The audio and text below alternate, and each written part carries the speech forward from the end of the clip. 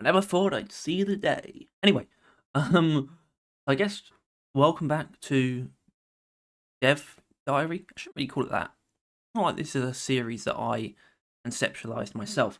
The point is, it has literally been a while because of the fact that they did the July one earlier in the month, basically, because that's when they went on break. So this isn't inherently late in the month, but it doesn't mean it hasn't been a while since the last one of these. So it's nice to have. It's pretty much the only thing we've had from Ghost Ships since they went on break. Obviously, you don't expect them to post anything while on break, but it is still a blackout period of information. And it's been about 3 weeks or so since they come back, and now they're sort of in full swing. So that's kind of the reason why we're now getting a post, and I think it's basically 90% very, very good. Obviously, roll call Dev Diary. Forget about Deep Rock for now. Yeah, but let's get into it. So this is Development Diary, August 2025. So, look at that. Who's this fella? What's that? Is that a gun? And that's also just a render of the Guardian that we've already seen. So it's not the most interesting thing there. Anyway, let's get into it. As always, written by our lovely friend Aaron Hathaway, the guy whose job I want. Anyway, hello Reclaimers. Coming in right at the end of the month with your August update. The Ghost Ship crew is back in the office after our summer holidays, which means out of practice. Royal production is in full swing once again, and that gives me something to write about. Nice. Lots to share, so we'll get right into it. In this issue, more voice lines for Reclaimers, new drone attack event, more guns in the works, question mark. Not really a question, I think they definitely are. New stuff in the Ramrod, our production goals for the weeks ahead, and news on Playtest 4. Although not really news on Playtest 4 other than the fact that there will be a fourth playtest. Whatever. If you've got questions and or feedback about Rogue Core's development, you can tune into our weekly dev streams to ask us directly, ping us on Discord, or ask on Reddit. And as usual, everything below is a work in progress and may change before final release. Okay, so also we got this screenshot. Doesn't really show us anything like noticeable.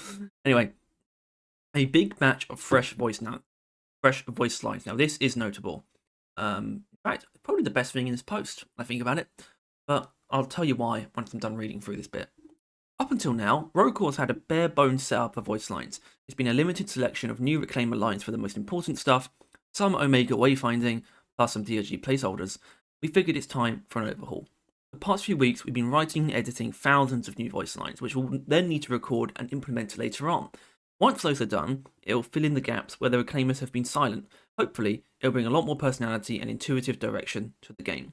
Writing voice lines feels like half script writing and half improv. On the one hand, you want every line to be the best it can be. You've also got to come up with a couple thousand lines, and in some cases, 20 to 30 for a particular voice line prompt. It's a classic quantity versus quality balance, as well as finding a sweet spot between functionality and colour. If every line is a joke, it'd get annoying, plus, there are only so many original ways to say you're reloading a gun. Anyway, we've got a couple thousand fresh voice lines ready for recording. I wrote most of them. Aaron, by the way, not me. I'm happy with where they're at, but I also have a nagging feeling that there's some line I've overlooked that could be better, funnier, sharper. Maybe in 6 months someone will post their idea of a better voice line and they'll probably be right. The French call this feeling l'esprit d'escalier, but thinking of the most perfect witty line too late. More like l'esprit de computer games, if you ask me. Brilliant. Anyway, so I think this is good for a lot of mostly obvious reasons. Maybe the less obvious one, but still I think fairly prominent, is the fact that this is going to push out all of the lingering voice lines from Deep Rock itself, placeholders and leftovers, of which there should be literally zero, because I think that is an extremely important thing. And I think if anyone's been watching their dev streams where they're playing Rogue Core and not feeling like it's as different as it should be, first of all, there are still a lot of visual changes that are going to happen, and a lot more additions in terms of enemies and weapons and even cosmetics to really just differentiate the fact that there is not a lot of shared assets between the two games. But something that there should be literally zero remnant of is voice lines. Yes, most of the dwarves will have the same voices. I believe there is still the intention for some of the characters to be female, such as the Falconeer, and actually have a voice actress. But point is, there should be no leftovers from Deep Rock in terms of voice lines, because there's literally no reason for that. And I think the fact that there were any contributes more than people realise to it feeling less different than it should. once you realize, or actually better than that, subconsciously just appreciate the fact that you're not hearing any repeated voice lines from Deep Rock, it begins to reinforce the feeling, if the differences basically, or the fact that this is a different game. I don't think there should be any voice lines carried over, and this is going to basically phase them all out. I mean, thousands. It's a lot for Joachim and Aaron to record. Aaron being Omega, but it's what's needed, and obviously it gives them a lot of work to do. I don't think they're going to be too bummed about that, having stuff to do. But yeah, no, voice lines are extremely important, and I think it's going to be both important to phase out everything left over from Deep Rock and make sure that what's there doesn't feel like it could just be in Deep Rock itself. Not that there isn't going to be jokes. I think there's still very obviously going to be a penchant for humour, but there is also meant to be a different tone as well, a slightly more serious tone on the part of the Reclaimers, especially. So new voice lines and phasing out old voice lines is massively contributory to creating the difference between this game and Deep Rock. So it's all good. Something that's a little bit more miscellaneous is this side objective drone takedown. There's a new side objective in the testing phase right now. A company-owned surveyor drone designed to map and analyze cave systems has somehow survived the grey-out. Why? We're not sure, but it's likely to contain coordinates for rich veins of expedite in the area. Now, I'm not quite sure if this is a expedite objective or not. Them talking about the fact that it contains coordinates and whatnot, that really could just refer to the fact that you it's a similar thing to finding the security cameras, and they sort of just give you points for outside the mission. It's kind of just a lore reason why you want to get them. It's not the fact that it's actually going to take you to expedite. As in, all expedite objectives are sort of a different way of rewarding you with expedite. That could easily be what this is, but I'm not sure that it is. I think this is an actual side objective outside of the expedite ones, I think. I guess based on the description they've given, that might not make too much sense to you, but I think I know their way of wording things, and just sort of certain cues may be better than most people. I'm thinking this probably isn't an actual expedite objective, and is more like the security camera things. I could be wrong though. I could be wrong, and it could also, even if I'm right, it could change. Anyway, painful though it may be to damage company property, not really. You'll need to take it out and collect its data. Collect its data drive. But Reclaimers don't have permission to access mining equipment like this, so you'll have to use force, and as luck would have it, the drone is quite capable of defending itself. Luck would have it. I guess that's just the justification for attacking it. It's the fact that it's going to attack you back. Here's a quick animation demo reel for the mini missile drones that the surveyor drone can deploy against you. So yeah, this video doesn't have any audio, so I'm just going to play it freely. And I do think that's really cool. So the drone is going to launch these mini drones that will then launch missiles at you, and I think that's neat. Definitely gives it more of a mini boss aura as well, which is interesting because it doesn't look like a massive entity, really, does it? So like, where is this thing launching mini drones from? Also, I like how it's clearly sort of built on the back of like the Bosco style of robot. I don't mind at all. Anyway, more guns in the works. We've been workshopping some new weapons to expand the Reclaimer's arsenal. On the table right now is a new SMG, as well as some sort of heavy hitter rifle. It's still a bit too early to say for sure what these might become. So this one's the SMG. I think a more standard SMG is actually a sort of valid thing to add. I do want them to get a little bit more experimental. Not that Rogue Core doesn't have those, like the field emitter. Field emitter comes to mind for sure. Actually, it doesn't have the most crazy assortment of weapons yet, especially with what they've sort of omitted from Deep Rock, like not brought over. So I do want to see them get a little bit more experimental. But I think there's still place for some of the more basic weapons, but I want to see some crazy shit as well. So this is more of the heavy hitter rifle, which is also fine. I guess it's going to be more in the vein of a DMR kind of thing. So not like the bolter. Anyway, these sketches lay the groundwork for the eventual in-game weapon. It's important not only for them to match our expectations for how the gun performs, but also to fit into our animations and art style. A couple examples you'll see here have vertical foregrips, for example, and our dwarves' animation rigs aren't set up to support that, so we'll either need to change their guns or make new animations to suit the guns. I didn't even think about the fact that dwarves can't hold vertical foregrips. That shouldn't be too difficult to manage, if it's not too presumptuous of me to say. Anyway, these new guns are still very much up in the air, so it's too early to say exactly how they'll look or perform. If you'd like to read more about his process for drafting weapons, we've got a whole new below decks behind the scenes look at that process right here. Him being, or his being, Frederick, and I will link this post as well. I'll give you just a brief look at it here. But yeah, I will link this post. It's actually one of my favourite below decks, I think. Shows you a lot of cool shit. So you've got the Field Blaster, Charge Blaster, which obviously is in the game as well. Shock Blaster. A lot of really weird pistols are in Rogue Core. Anyway, renovations aboard the Ramrod. We've been adding a lot of new details, features, and rooms to the Ramrod, steadily filling out the unused spaces we included in the ship's initial mock-up. We'll leave most of it for folks to discover in the next update, which is cool because that means kind of like they've added a lot of stuff that for people to discover that is of note, I guess. But down below is a screenshot of one thing we've added, which folks have been asking about. No, it's not toilets yet. Yeah, this is the wardrobe of some sort. Actually, this might be the shop for buying cosmetics. Either way, obviously, the cosmetic system is something that we're going to have a pretty keen eye on. I'm not saying it should be like filled to the brim or even finished in terms of what we see both from the next alpha update or from even the early access launch, but we definitely are going to be keen to see they've laid the groundwork for a more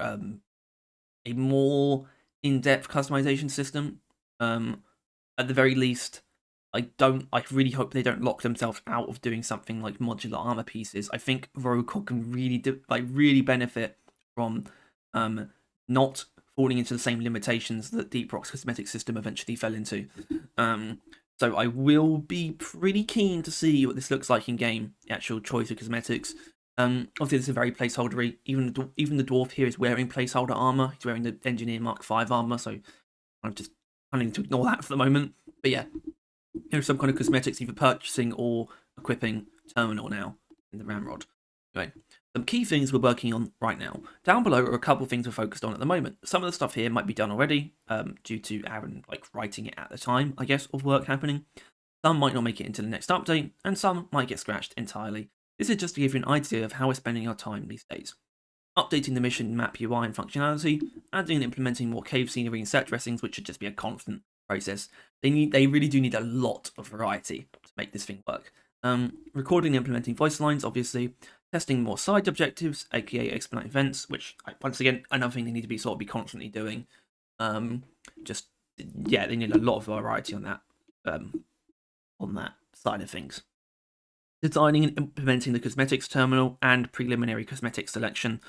So I think this is implementing the system and implementing some basic stuff to choose from. Rework and expansion of the enhancement tree. I like that. Expanding and polishing the bar and fitness area aboard the Ramrod. Animating, balancing, and bug fixing the new time manipulator character.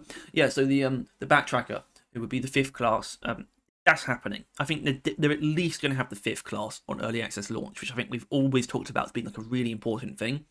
Obviously, I think 6 would be ideal, but it's not essential for them to drive home the point that this game will have more classes than Deep Rock, right?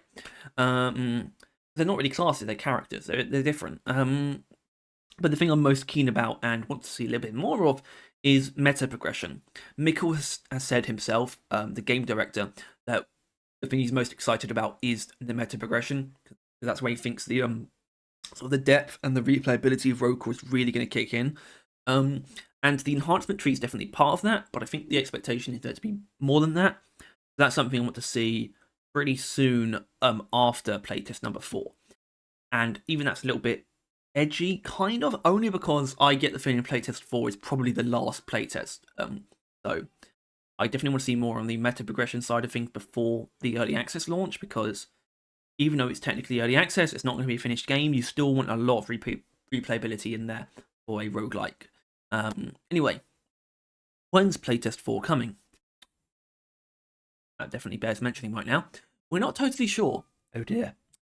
There's a lot we want to get done before we're ready to package it up into another closed alpha update, and I think that's the main thing where it's like I'm not too fussed about them not having an exact time frame, because it's like they don't base it off of a time. They don't base when they're going to do one of these updates on a time. They base it on once they've got all this stuff done. They don't really cut. They don't leave things out. Like all of this stuff here will probably be in that fourth update.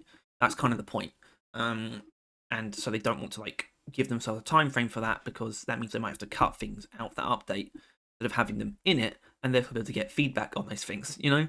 Anyway, we're hoping to have the next closed alpha update ready in late September or early October.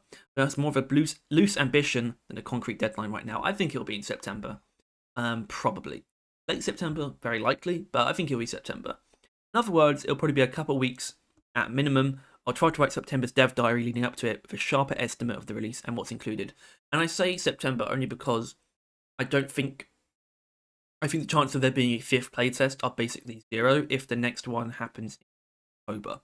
Because the expectation, I think, is still for the game to come out in November. Obviously, it has literally until the actual end of the year for them to have still kept to their goal of launching in Q4.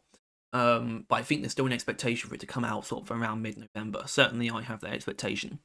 And there's barely room for another playtest, even if it's late September. So September would be ideal if they want any chance of sort of going for another play. Anyway, we've been getting a lot of questions about whether we've only been inviting content creators and streamers to a closed alpha, and this is not the case. I can tell you it's not the case, for sure. Anyway, there are thousands more regular people in the playtest, and many more who will continue to get invited who are not content creators or streamers. The reason they are less visible to you is because they are not making content or streaming the game. Aaron, I appreciate that, but that is common sense. You don't need to appeal to these people. I guess it's useful to explain this kind of thing to these people, but it is obvious. Thousands of people getting invites. There are not thousands of content creators for Deep Prog. Anyway, for additional questions, please refer to Closed Alpha FAQ. Hope this helps. I will link that in the description as well. That's all for this month. I'll see you again in September with more to share. Any thoughts, reactions, stuff you want to hear about, stuff you're excited about, stuff you're confused about, let me know below. With love, Aaron, Go Shoot Games. Nothing I'm confused about, and literally I'm excited about and want to hear more about the meta progression, I think. And I also think more boss fights. Because I think they did do some work on the Gatekeeper, but as far as I know, it's still just the Gatekeeper is the only boss in the game at the moment. Sorry, the only final boss in the game. And there should be, I think, at least 3 on launch. I think that is actually their plan. Take that with a grain of salt. I might not have actually heard them say that, but I feel like I did. And it makes sense too. There should definitely be a tangible but not massive variety on launch. Anyway, that is it for the August development diary for Road Call. I hope you enjoyed this and found it useful. If you did, please make sure to like and subscribe. If you want to see more stuff like this and you want to stay on top of everything to Deep Rock and Road Call, also make sure to hit the bell. And I will probably see you soon, probably with the newsletter actually for this month, which will obviously be fairly involved in that exact post or have a lot to do with it, but I'll still cover it nonetheless. I think I made that decision last time. Even though the dev diaries take up a good portion of the newsletter nowadays, I think I should still cover the whole newsletter. And hopefully we'll see. I don't know. Hopefully we'll just see some more. Hopefully whatever we see next will be really exciting. So far, I don't think there's been a single red flag on Road Call's part. I do think we're getting to the point where it's a little bit close to the wire as far as the release goes. The only thing I would say about that, to not be too concerned, is the fact that early access releases don't get like massive marketing anyway. They would actually probably rather keep it more low key. I don't think they're planning on having Road Call's early access launch beat out Deep Rock's numbers in any way. They're probably counting that for the 1.0. So I'm not too worried about the fact that they haven't been like gearing up in any way or talking about release dates or anything, because I don't think they don't necessarily want the launch to be a massive deal, because it'll be an unfinished game. So that's kind of, I think, where I'll leave it. Obviously, I'm still constantly doing overclock showcases, and that will continue to happen. I think until it's done. Obviously, once that series is done, I think I'll have to like sort of potentially pivot to something to do with Road Call, or pivot to the other idea I have for Deep Rock. Either way, I'm still doing those constantly every week and recording plenty ahead of time. So if you're interested in that, feel free to check them out. If you're not, that's fine. Barrel Vision is still going to be a constant source for everything you need to know about the development of Deep Rock Galactic and Rogue. So, I'm on board for that if you're interested, and I'll see you soon, depending on what you want from me. Because, like I said, Overclock showcases every week, but I'll also see you at the next available opportunity with some kind of news or like development update. Anyway, it's enough rambling. Bye bye.